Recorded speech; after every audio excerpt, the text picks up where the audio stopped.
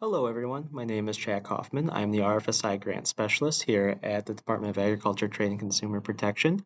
And today we're going to go over the RFSI Construction Monitoring Excel. This tool was inspired by one of our entities who was creating something similar for their project. And what we did was we worked with that entity and we figured out how to basically create a version there that could be universal for all of our entities there and an opportunity to help out everybody who is managing all of these construction costs there involved in their RFSI infrastructure project. So today we're just going to go through a pre-populated example and show you kind of the bits and pieces of this item. So I'm just going to go from left to right here. We'll have this area here that captures basically where that reimbursement is and kind of a brief description of it and when you had we submitted a reimbursement request for that particular section of costs within that construction line item. And then going down here, we have the original budget. So say you looked at your contract and you go to construction item 1 and it was for concrete for your project, and in your original budget it's going to cost you 200,000 and you have it split between funds requested and match value 50-50, so it'd be 100,000 in funds requested and 100,000 in match value. Now scrolling from left to right here, we have different reimbursements. So for example, when your entity is submitting for a reimbursement for these particular construction costs, you can record that in here for that particular line item to help keep track of the overall costs and to see if and to monitor if costs are going up or down and how that impacts your total budget category.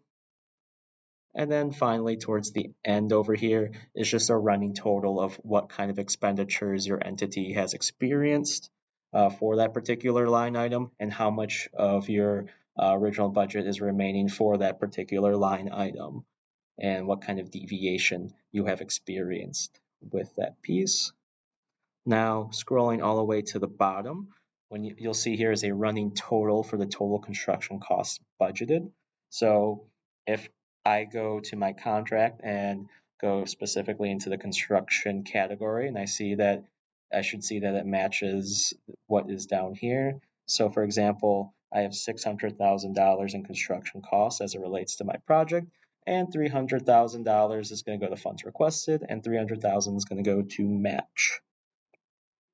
Now, this also captures a running total down here in the second line, the total construction costs expenses reported. Now, this tallies up all of the costs that your entities have incurred, both on the funds requested side and the match side as well. And following that, there is total construction cost remaining. Now, this is our way there figuring out how much do you have left in that particular budget category. So this will help your entities ensure that you're following the 10% rule for contracts. And how that 10% rule is that we can't deviate 10% between categories of the total project value. So if, for example, if this project was 3 million and that gives us a 10% rule of 300,000, and let's say construction costs balloon dramatically to $1 million versus the 600,000 here, then that would require a contract amendment. So this is just an opportunity to keep track of that, so that if we have to go to the contract amendment route, we can, and we can kind of monitor if we're approaching it, getting close, and if so, if there's any opportunities to avoid having a contract amendment, or help us prepare for if we need to do a contract amendment. But no, this is just a great monitoring tool here. So I already kind of filled it in with an example of, say, 2 construction costs that your entity has reported in your RFSI contract. And one of them is concrete, and the other one is, say, a building. So we'll take a look at the original budget. The original budget said that concrete was going to be $200,000, and what we're doing here is splitting that cost 50-50 between funds requested and match value. So 100,000 in funds requested and 100,000 in match value. Same thing goes with the building, but we'll say that the building is 400,000, so split 50-50 between funds requested and match value. Now, going over here to the left, we have our reimbursement, number 1, which we'll say we poured concrete January 1st, and they required a 20% down payment. So we take 20% of 200,000, which is going to be 40,000, and we split that 50-50, 20,000 in funds requested, and then 20,000 in match value. Going back to the left here, now say we have that concrete company and they poured about 75% of the concrete required, and they're going to come back at a later date to finish it, and we'll invoice you for that later date.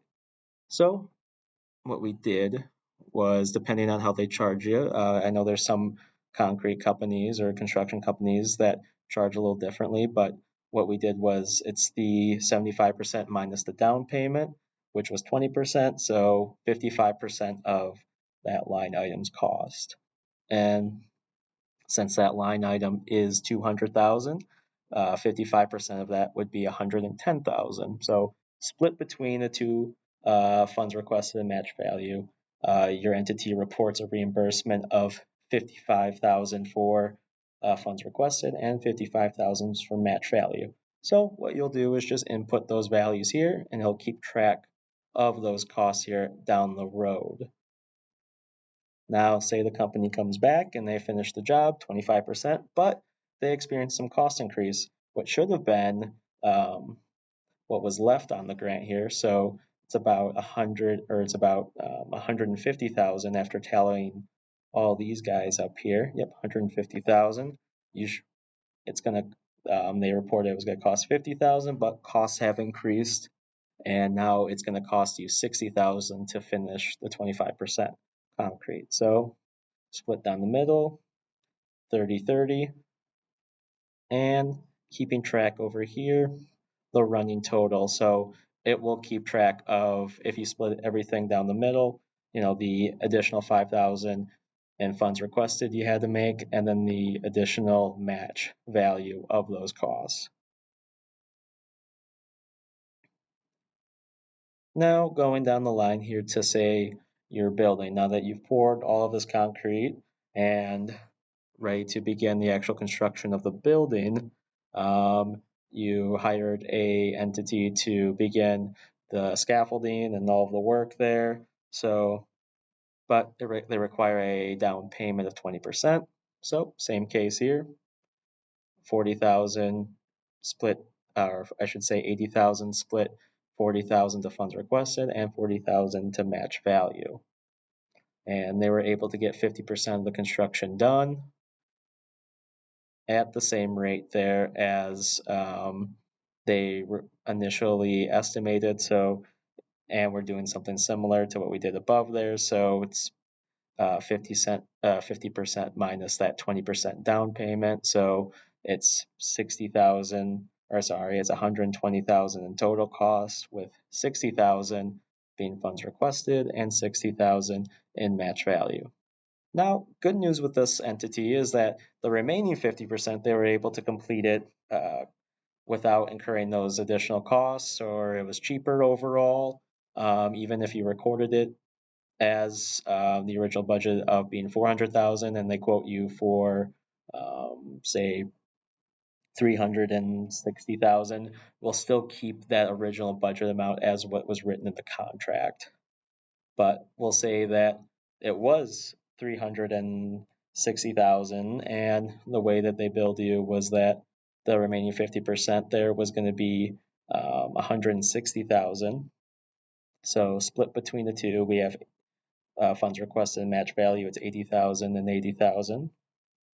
And that's also keeping track over here as well, how much you have remaining. So you actually save some money in this area of 20,000 remaining from that original line item's cost. Now, when we scroll down here, after including that 5,000 or that, I'm sorry, that 10,000 overage on the first item that's split between funds requested and match 5,000, 5,000, your entity actually has a little bit of wiggle room here in the construction cost category. And also in how much you are required to report as match. So if your entity is happy with that amount there, like say you guys are happy with how much you saved in these areas, that's great. That then going forward there, we would just record this area as like being lower than what was initially in your contract.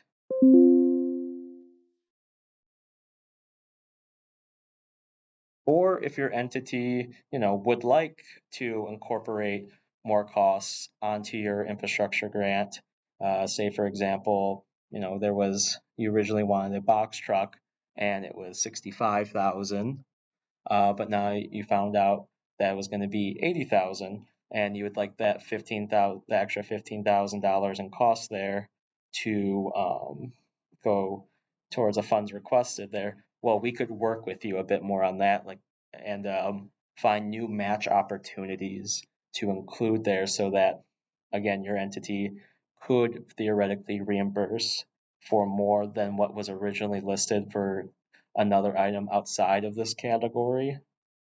But that would just be a discussion between your entity and us and figuring out what works best for following both the guidelines of CFR 200, which is the federal grant guidelines, and DATCAP's guidelines as well. But this is, again, just a tool to keep track of that, of probably the most difficult category in all of federal grants there, which is construction, and then an opportunity for you guys to really relay that information onto us there in terms of, hey, overall, we've actually saved money in this area, or if we've actually experienced some cost overages here, can we report those additional overages as match? Say, for example, if this was negative 15,000 versus plus 15,000, can we report that as additional match? We can work with you a bit more on that. So highly recommend that you guys fill this piece out there as you're going along with your construction projects and use this as a tool of communicating with us. And again, let us know there what kind of difficulties, cost increase that your entities are incurring, and what opportunities DATCAP can do to help. So again, my name's Chad. Let me know if you need anything.